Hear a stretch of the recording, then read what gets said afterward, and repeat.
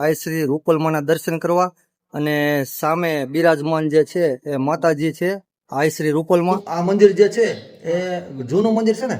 આ માતાજીનો જે રૂપલમાનું જન્મ સ્થળ છે, જે 9 વર્ષની ઉંમર હતી માતાજીની, નવસંડી યજ્ઞ કર્યો જે માતાજીનું પ્રાગટ્ય થયું 2001માં.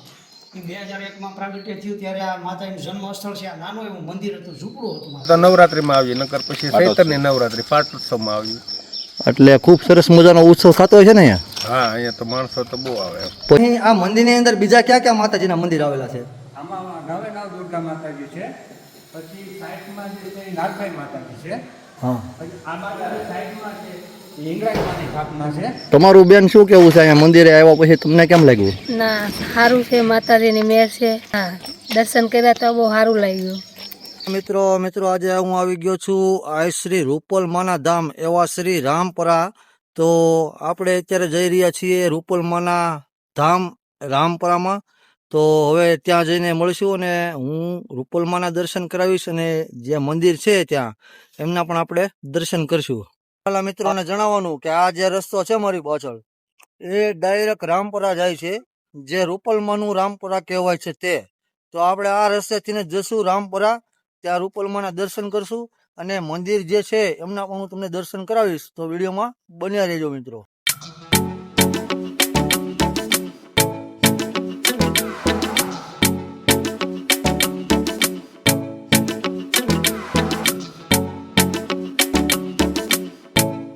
પહોંચી ગયો છું રામપરા ગામ. આપણે રામપરા ગામમાં આવીએ એટલે તમને આ બોર્ડ જોવા મળે છે, જેમાં આઈ શ્રી રૂપલમાનું ધામ એવું લખેલું છે.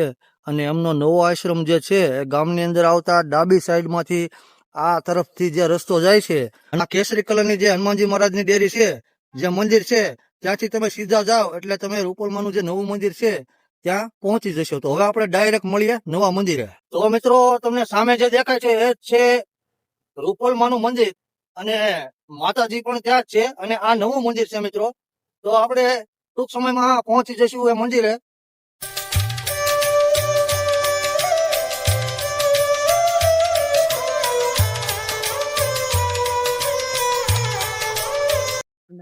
તો કેમ છો બધા મિત્રોને જય માતાજી. સાથે જણાવવાનું કે આજે આપણે સત્તાધાર નજીક આવેલ આઈ શ્રી રૂપલમાનું ધામ જેને કહેવામાં આવે છે રામપરા, ત્યાં આવી ગયા છીએ. અને અત્યારે આ ગેટ જે છે ત્યાંથી આપણે અંદર જઈશું અને ત્યાં મંદિરે દર્શન કરીશું અને આઈ શ્રી રૂપલમાના દર્શન પણ કરવાના છે. અને બની શકે તો આપણે એમની સાથે થોડી વાતચીત પણ કરીશું અને આ મંદિરનો જે કાંઈ ઇતિહાસ છે એ બની શકે તો બતાવશે. બહુ પાકું નથી કહેતો, પણ ચાલો આપણે જઈએ મંદિરની અંદર દર્શન કરવા માટે. અને મંદિરની અંદર બીજી જે કાંઈ સુવિધા છે એ પણ હું તમને બતાવીશ. તો તમે ચાલો અમારી સાથે મંદિરની અંદર દર્શન કરીએ. અંબા આઈ શ્રી રૂપલમાના દ્વાર સ્થાપિત શ્રી નવદુર્ગા શક્તિપીઠ એવા શ્રી આઈ શ્રી રૂપલમાના મંદિરે રૂપલધામમાં આપણે અત્યારે દર્શન કરવા માટે જઈ રહ્યા છીએ. રૂપલમાનું જે મંદિર છે ત્યાં અંદર આવીએ એટલે પહેલા આપણે હનુમાનજી મહારાજના દર્શન થાય છે. અને પાછળની સાઈડમાં તમને જે દેખાય છે એ ઓફિસ છે અહીંની. એમની સામેની સાઈડમાં તમને આ સંત મહાત્મા જે દેખાય છે એ છે મુનિ બાપુ. અને એમની પાછળ તમને જે દેખાય છે એ અહીં આઈ શ્રી રૂપલધામનું ભોજનાલય છે. આ સામેની સાઈડમાં તમને જે દેખાય છે એ સાઈડમાં તમને જે મકાન દેખાય છે એ માતાજીનું મકાન છે. અને એમની બાજુમાં પણ એક હોલ છે એવું લાગે છે મને. તો મિત્રો અત્યારે આપણે પહોંચી ગયા છીએ આઈ શ્રી રૂપલમાનું ધામ રામપરા. અને આ તમને સામે દેખાય છે એ માતાજીનું મંદિર છે. તો હવે આપણે ટૂંક સમયમાં મંદિરની અંદર જઈ અને દર્શન કરીશું માતાજીના. તમે વિડીયોમાં બન્યા રહેજો મિત્રો.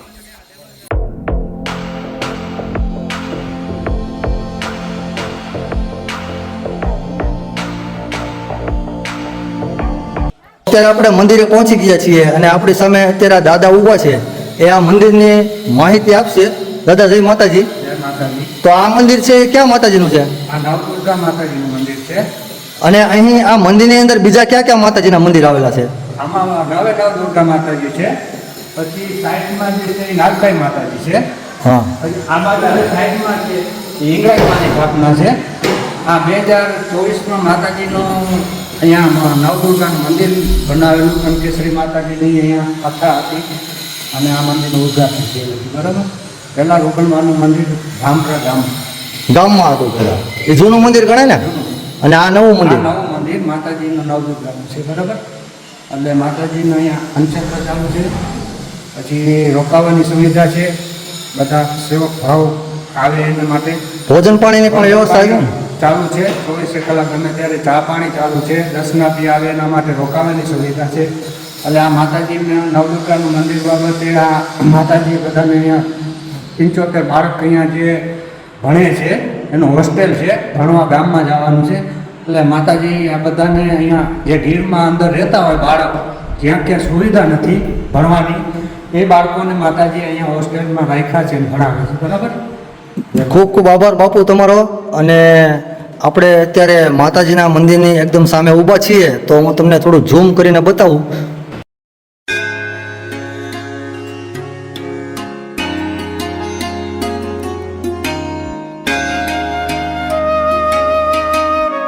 અને અહીં આ મંદિરની અંદર જે મંદિરો આવેલા છે એ બધા મંદિરોના પણ હું તમને આ વિડીયોના માધ્યમથી દર્શન કરાવીશ મિત્રો. દર્શન કરવા જઈ રહ્યા છીએ નવદુર્ગા માતાજીના, એટલે કે 9 માતાજીના મંદિરના.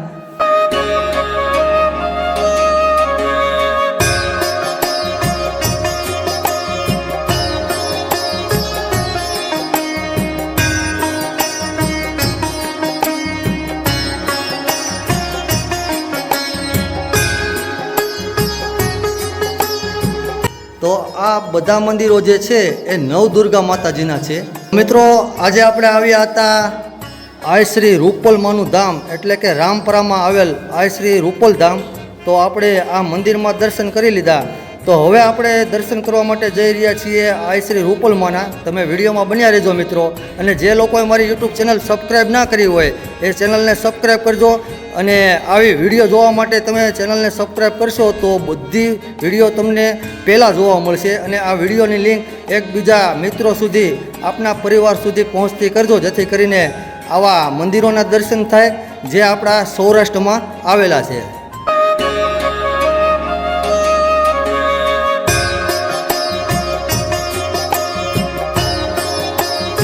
આપણે ટૂંક સમયમાં દર્શન કરીશું રૂપલમાના, તો તમે વિડીયોમાં બન્યા રહેજો મિત્રો. ભાઈઓને જય માતાજી સાથે જણાવવાનું કે અત્યારે આપણે આવી ગયા છીએ આઈ શ્રી રૂપલમાના દર્શન કરવા. અને સામે બિરાજમાન જે છે એ માતાજી છે આઈ શ્રી રૂપલમાં.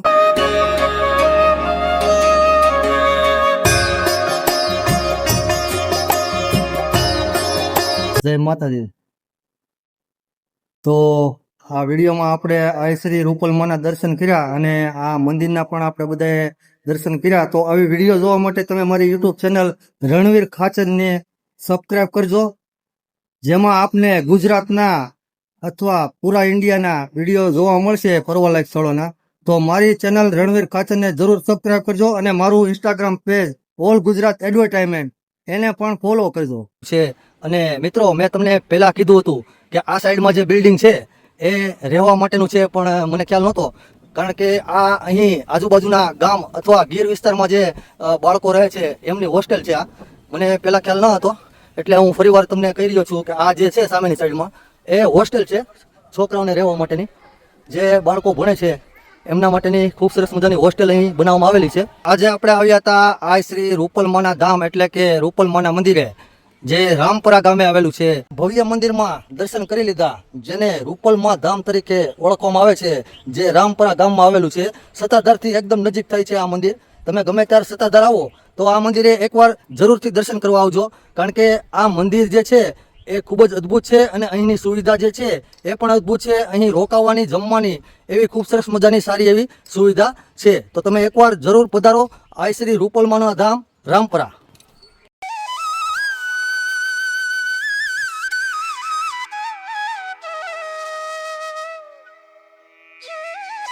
મિત્રો, આપણે અત્યારે ચારણ જગદંબા આઈ શ્રી રૂપલમાના ધામ એવા શ્રી રામપરા ધામમાં, રૂપલમાના ધામમાં આવેલા છીએ. તો આપણી સામે અત્યારે એક ફેમિલી ઊભું છે, એ અહીંયા ઘણા વર્ષોથી આવે છે. તો એમની પાસેથી થોડુંક જાણીએ. તો તમે કેટલા સમયથી આવો છો અહીંયા? અમે તો 22 વર્ષથી આવી છીએ. અને આમ તમે ક્યાંના રહેવાસી?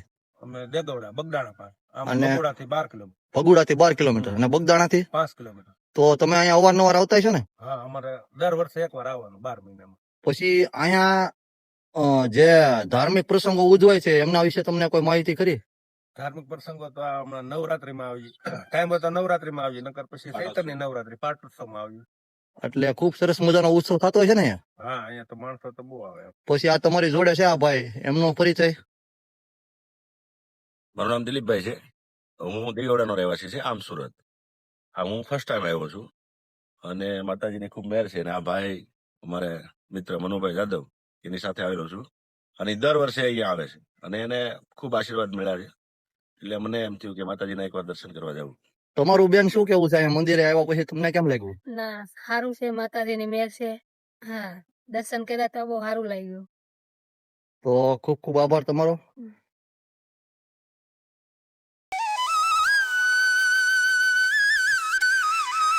તો રૂપલ ધામ આપણે પહોંચીએ તો ગેટની એકદમ બાજુમાં અહીં તમને માતાજીનું જે સ્થાનક છે એ જોવા મળે છે. કદાચ આ સ્થાનક ખોડિયારમાંનું હોઈ શકે છે. તમે વિડીયોમાં જોઈ શકો છો અને આ શ્રી ખોડિયારમાંના દર્શન કરી શકો છો. આપણે બધાએ હવે નવા મંદિરે દર્શન કરી લીધા છે, તો હવે આપણે જઈ રહ્યા છીએ રૂપલમાંના જૂના મંદિરે દર્શન કરવા.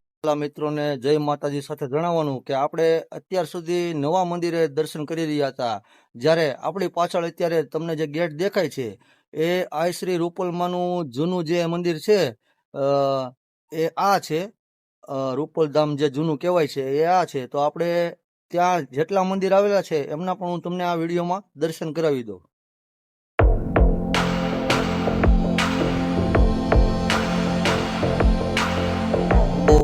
સામે આપણે જોઈએ તો ઓમ શ્રી રૂપેશ્વર મહાદેવ, જે આ રૂપલમાંનું જૂનું સ્થાનક છે ત્યાં આવેલું છે. અહીં આપને એક ધૂણાના પણ દર્શન થાય છે. સામેની સાઈડમાં મહાદેવની શિવલિંગ જે છે એ દર્શન આપે છે, જેને રૂપેશ્વર મહાદેવના નામે ઓળખાય છે. તો આપણે મંદિરની બહાર નીકળીએ તો અહીં પણ એક માતાજીનું જે સ્થાનક છે તમને જોવા મળે છે. આ પણ રૂપલમાંનો ફોટો છે અને એમના દર્શન આપ બધા મિત્રો કરી શકો છો. તો એમની ડાબી સાઈડમાં આ સાઈડમાં માતાજીનું આસન છે, તો આપણે ત્યાં માતાજીના આસનને દર્શન કરવા માટે જઈ રહ્યા છીએ.